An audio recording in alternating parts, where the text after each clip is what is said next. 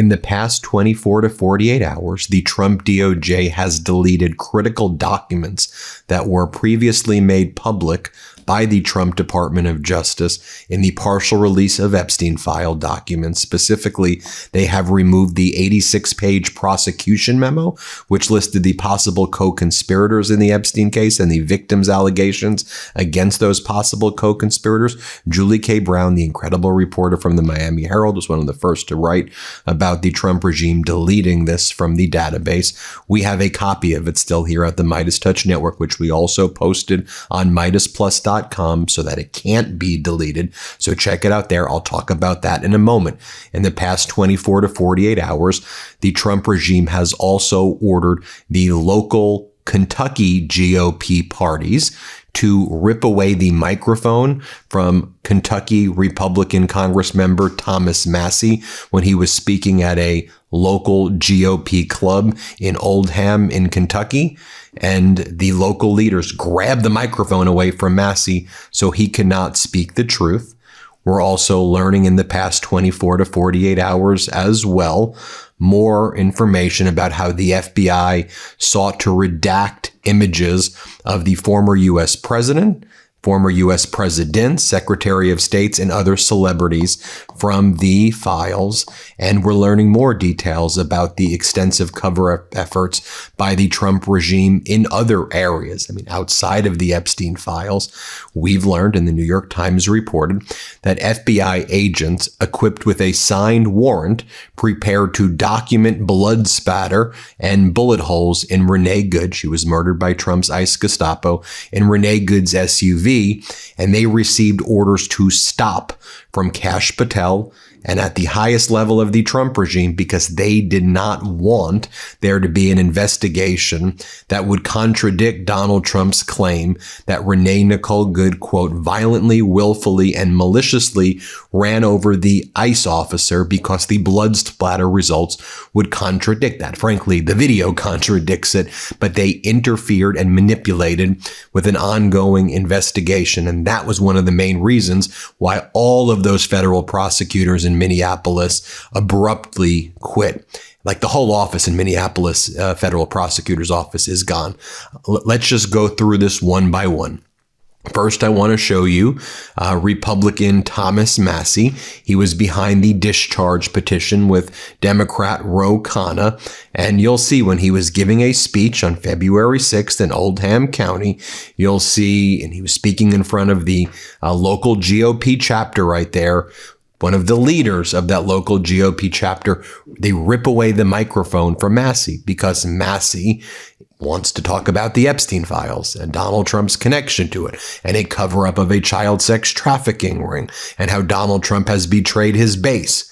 This is what MAGA transparency looks like, where they rip away the microphone from Thomas Massie for speaking the truth. Here, play this clip. You are a congressman. You work not for the Speaker of the House. Okay. I work for you. Welcome to the strict pit, baby. Oh, yeah.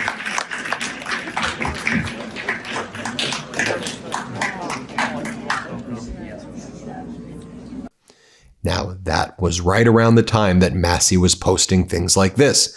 From March 2025, he posts this letter from the Epstein files. Again, only a partial release of the Epstein files has been made public. There's still 3 million documents, which could be as many as 25 to 50 million pages that have not been produced. But here's what Massie posts.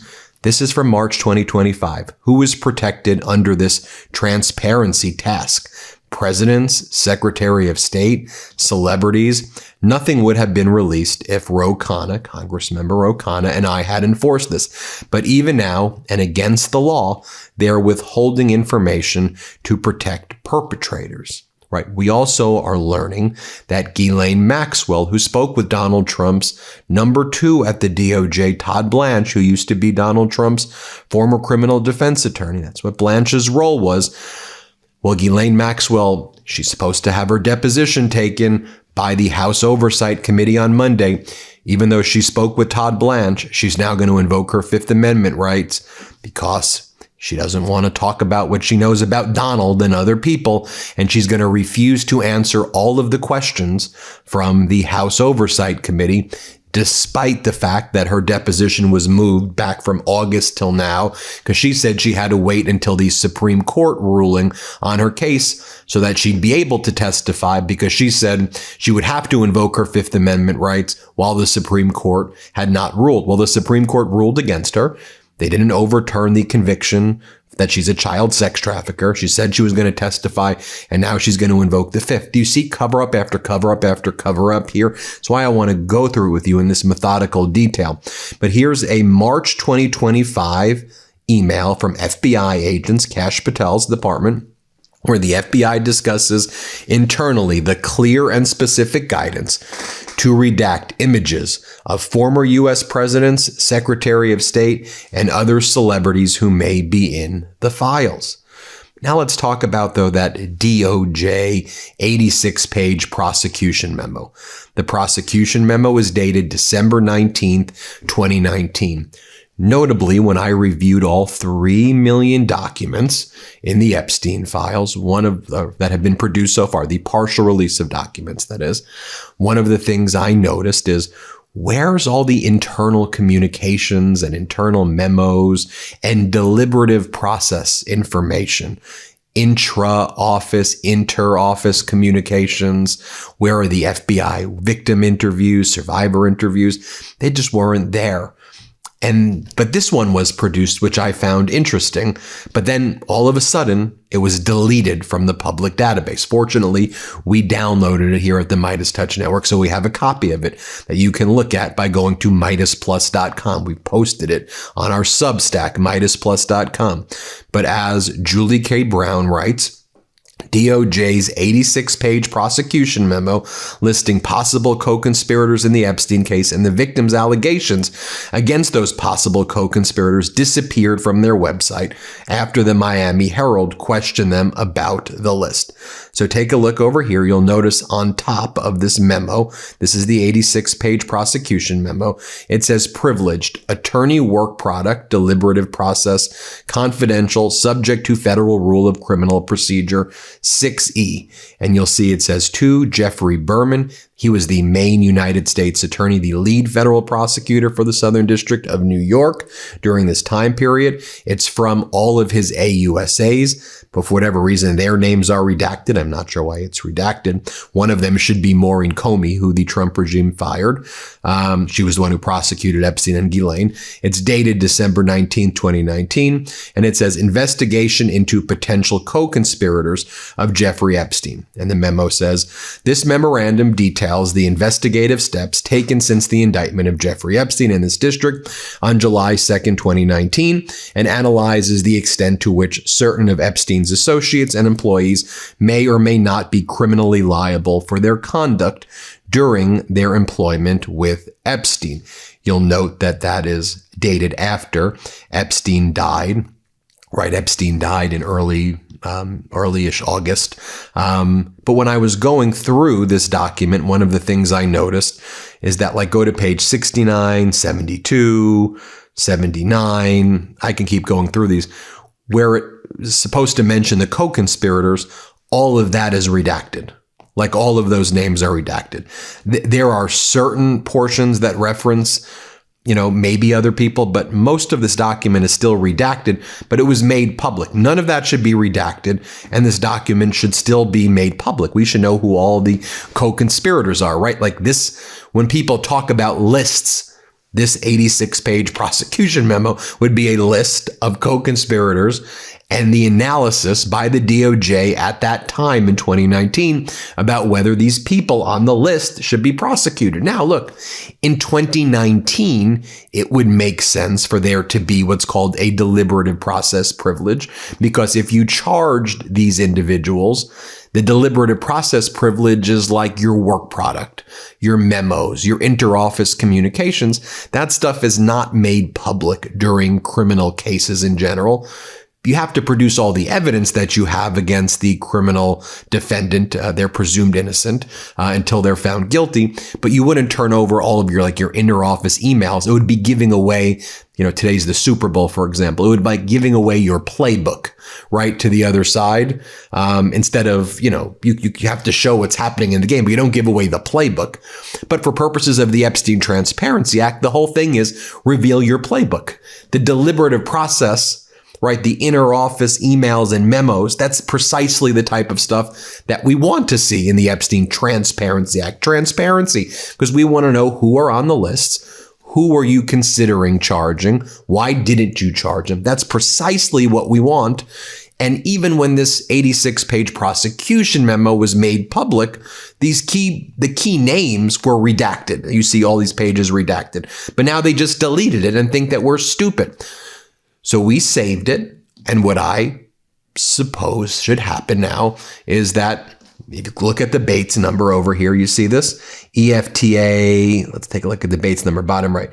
EFTA 2731082. By the way, you see there's another Bates number there because all this stuff was made available, was ready to be produced years ago if they wanted to. There was no reason for any delay here. But we should just ask in a public records request, and people are doing this, produce EFTA 02730182, that whole series of Bates numbers and all of these other internal memos, and remove the redactions because that violates the Epstein Transparency Act. Aaron Parnas, who's got his own great YouTube site, and he works with the MeidasTouch Network as well. Aaron also learned the following from his sources. Epstein survivors tell me that they were told in meetings with Republican lawmakers that everyone was supportive of asking Pam Bondi hard questions about the Epstein files when she appears for her testimony this week. She's testifying before the House Judiciary Committee. But afterwards, they were told by a source in the Republican establishment that those questions won't be asked. Republican members have been told to avoid any questions about the Epstein files and to only focus on the, quote, positives that Bondi accomplished during her testimony. So again, it's cover up after cover up after cover up. Finally, FBI agents equipped with a signed warrant prepared to document blood splatter and bullet holes in Renee Good's SUV, but they received orders to stop from Kash Patel and at the highest levels of the Trump regime. The New York Times reports the fear a civil rights investigation would contradict Donald Trump's claim that Good violently, willfully, and viciously ran over the ICE officer who fired at her as she drove away her vehicle. So you have Joseph Thompson right here. He's one of the top federal prosecutors in Minneapolis. He did the right thing in the sense that he wrote in an email to colleagues that the Minnesota Bureau of Criminal Apprehension, a state agency that specializes in investigating police shootings, would team up with the FBI to determine whether the shooting had been justified and lawful or had violated Renee Nicole Good's civil rights. That's the appropriate protocol, even though it should be obvious to us on the video that her civil rights were violated. You go through the investigation, you do blood splatter reports, you do a search warrant to determine if excessive force was used. That's the normal protocol. But later in the week, FBI agents equipped with a signed warrant prepared to document blood splatter and bullet holes in Miss Good's SUV received orders to stop. And instead, what the Trump DOJ said, what you need to focus on is the opposite, an assault on the officer and whether Renee Nicole Good's wife was responsible for the murder of Renee Nicole Good. And that's when all those prosecutors in Minneapolis resigned right here. Just share this with you as well. Other Epstein emails. Like, this is why this is so deeply serious. Saturday, October 19th, 2013, from somebody who's redacted. Why is this name redacted right here? To Jeffrey Epstein. Is she too old for you? LOL. Well, I will hunt my other Czech friends. And Epstein says, too old. Who's that person and why are they redacted? Who is being protected right here? How about this? In a 2018 email, Epstein casually acknowledges himself as a sex trafficker with no denials. He says he met someone who was working on a movie about a sex trafficker who had a private island with sex slaves, and he informed her that that's him, and she's doing a movie about him, and she didn't realize that she was talking to the guy she's making a movie about, and quote, she almost fainted. Or how about this? Aaron Parnas reports, who sent Jeffrey Epstein an image of what appears to be a 10-year-old child? And why is this redacted? Age 10. How sick and disgusting can you get? I mean, by the way, can I share this with you as well? So back in 2017, there were these pranksters who tried to set up Prime Minister Carney, who at the time was the lead banker for the Bank of England. He was the lead governor of the Bank of England. And so the pranksters wrote this to Prime Minister Carney. They said something like this. Actually, I'm glad to hear from you. Someone was posing as Anthony Hobgood. I don't think it was actually Hobgood, who's a business person in the UK. I'm glad I heard from you. I'm having Summer Nights themed soiree on Saturday, June 17th. As much martini as you can take. Are you free? And then Mark Carney says, sounds ideal. We'll check at home and at work. And then this person posing as Anthony Hobgood in 2017 says, excellent. I've hired some rather dashing bar ladies. Is that PC? If you ask for crystal glasses, you'll be able to admire their enchanting dexterity. I keep those glasses low down. Ha! You don't reach my age without knowing all of those tricks. And then Prime Minister Carney responds, sorry, Anthony, not appropriate at all. To which Hobgood responds, well, report me to Brussels then. You did know I was joking, didn't you? It's an old story, my friend, rather fun. Even though that was a prankster trying to set up Carney, do you see how Carney kept it professional the entire time? And said, that's not appropriate. That's the right response. Not appropriate. I'm not engaging in these types of communications or conversations.